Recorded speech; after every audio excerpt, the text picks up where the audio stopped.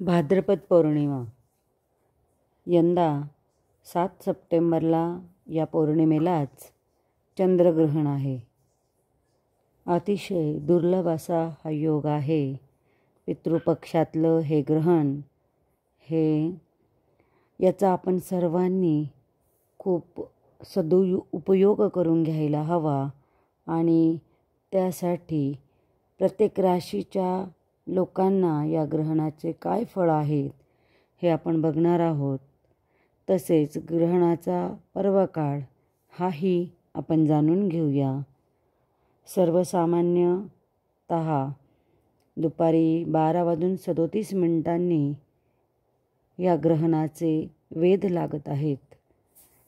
आबालवृद्ध गरोदर यांनी सायंकाळी 5:15 ते पहाटे 1:57 या वेळेत ग्रहण हे पाळायचं आहे. तसेच गरोदर गर्भवती महिलांनी या दिवशी कुठेही बाहेर फिरायचं नाही आहे. हे ग्रहण कडक पाळावे. चिरणे कापणे वर्ज तसेच नामस्मरण हे सतत करणे गरजेचे आहे. या दिवशी नामस्मरण तर्पण जप आपण करू शकतो. ग्रहणाचा मोक्ष झाल्यावर आंघोळ पूजा करायची. ग्रहण सुरू झाल्यावरही आपल्याला आंघोळ करूनच नामस्मरणाला बसायचं आहे. जितके शक्य होईल तितके देवाचे स्मरण या वेळेला करावं. शक्य असेल तर नदीच्या तीरी जाऊन आंघोळ करावी. स्नान दान धर्म कर्म हे या वेळेत करावं. देवाची पूजा करावी. तसेच या काळात कुणीही खाऊ पिऊ नये. मलमूत्र विसर्जन करू नये. त्यामुळे दारिद्र्य येते. झोप जर आपण यावेळेस घेतली तर रोग होतात. आणि मंत्र जाप हे संकल्प करून व्यवस्थित आपण करावे. साधारणतः शुभ फळे मिळणारा राशी आहेत मेष वृषभ कन्या धनु. मिश्र फळे मिळणाऱ्या राशी आहेत मिथुन सिंह तुला मकर. तसेच अनिष्ट फळं ज्या राशींना मिळणार आहेत त्या राशी आहेत कर्क वृश्चिक कुंभ आणि मीन. हे जे चंद्रग्रहण आहे हे कुंभ राशीतून आणि पूर्व भाद्रपदा नक्षत्रातून होत आहे. या जे अनिष्ट फळं ज्या राशींना सांगितलेली आहेत त्या राशीच्या लोकांनी या ग्रहणाचा परिहार किंवा त्रास होऊ नये म्हणून चांदीचे चंद्रबिंब हे विकत घ्यावे. आणि सोन्याचा नाग हे काशाच्या भांड्यामध्ये गाईच्या तुपात बुडवून जर ब्राह्मणाला दान दिले तर नक्कीच आपले जे अनिष्ट फळं आहेत त्याचा आपल्याला त्रास होणार नाही. आता आपण प्रत्येक राशींनुसार काय फळ मिळेल हे बघणार आहोत. त्यामध्ये मेष राशीच्या लोकांना शुभ लाभ होणार आहेत. पैशासंबंधातील किंवा आपल्याला जी इच्छित कामना आहे त्याबाबत सर्व प्रकारचे लाभ मेष राशीच्या लोकांना होणार आहेत.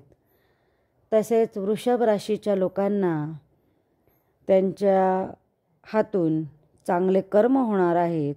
सुख त्यांना मिळणार आहे.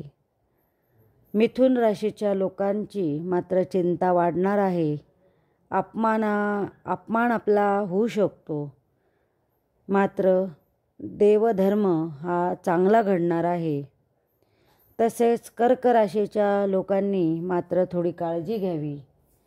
घातपात होऊ शकतो. पीडा होऊ शकते. तसेच मानहानी होऊ शकते. मानसिक त्रास होऊ शकतो. आणि आईच्या तब्येतीची आपण विशेष काळजी या काळात घ्यायला हवी. तसेच सिंह राशीच्या लोकांना वैवाहिक समस्या ह्या भेडसावू शकतात. स्त्रीपीडा, जोडीदाराशी वाद हे होऊ शकतात. त्याची काळजी त्यांनी घ्यायची आहे.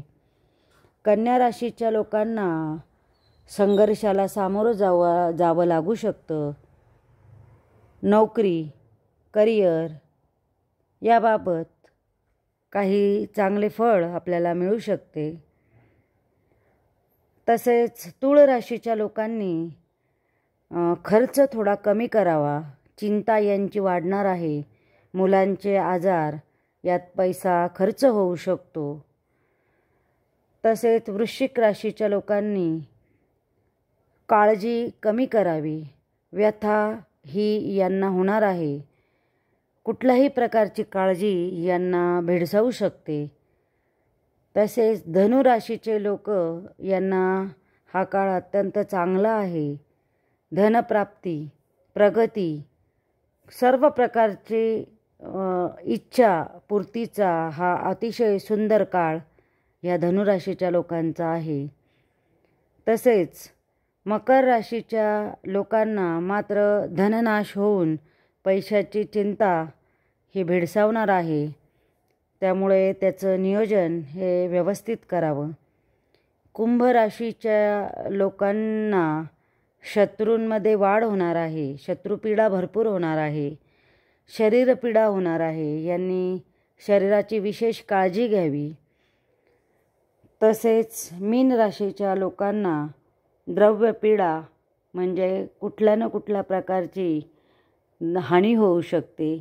मयात द्रव्य दागिने चोरी जाणे, पैसे चोरी जाणे असे होऊ शकते. तर ही काळजी आपण या काळात जर घेतली तर बरे होईल.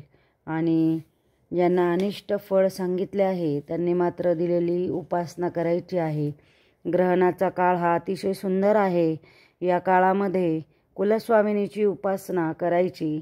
तसेच कुठलेही स्तोत्र जसं विष्णू सहस्त्रनाम, व्यंकटेश स्तोत्र हे जर आपण 11-21 या पटीत वाचलं तर निश्चितच खूपच फायदा होणार आहे. विशेष म्हणजे एकदा आपण मंत्र जप केला तर त्याच्या 1000 पटीत फळ हे आपल्याला या दिवशी मिळणार आहे. म्हणून हा जो 9:57 ते रात्री 1:27 पर्यंतचा जो काळ आहे या काळात विशेष आपण उपासना आराधना नक्की करा. आपण जो मंत्र आपल्या गुरूंकडून घेतलेला असेल तर तो सिद्ध करण्याचा हा काळ आहे. या काळात आपण तो मंत्र जास्तीत जास्त वेळेस जप केला तर नक्कीच फायदा होईल. ज्यांना कुठलाही मंत्र माहीत नसेल किंवा ज्यांनी गुरु केलेले नसतील त्यांनी श्री स्वामी समर्थ किंवा आपले जे आपल्याला जवळचे वाटतात असे आपले आराध्य दैवत याची उपासना आपण करू शकतो. या दिवशी नर्मदेचं पाणी आपण जर असेल घरात तर त्या पाण्याने आंघोळ करावी. नसेल तर आपल्या जे अवेलेबल पाणी आहेत त्याचे नर्मदा मातेचं स्मरण करून या दिवशी आंघोळ नक्की करा. अतिशय सुंदर असा काळ आहे. याचा उपयोग करून घ्या. डॉक्टर नेहा जोशी, दत्त अनघा वास्तू रिसर्च सेंटर, नाशिक.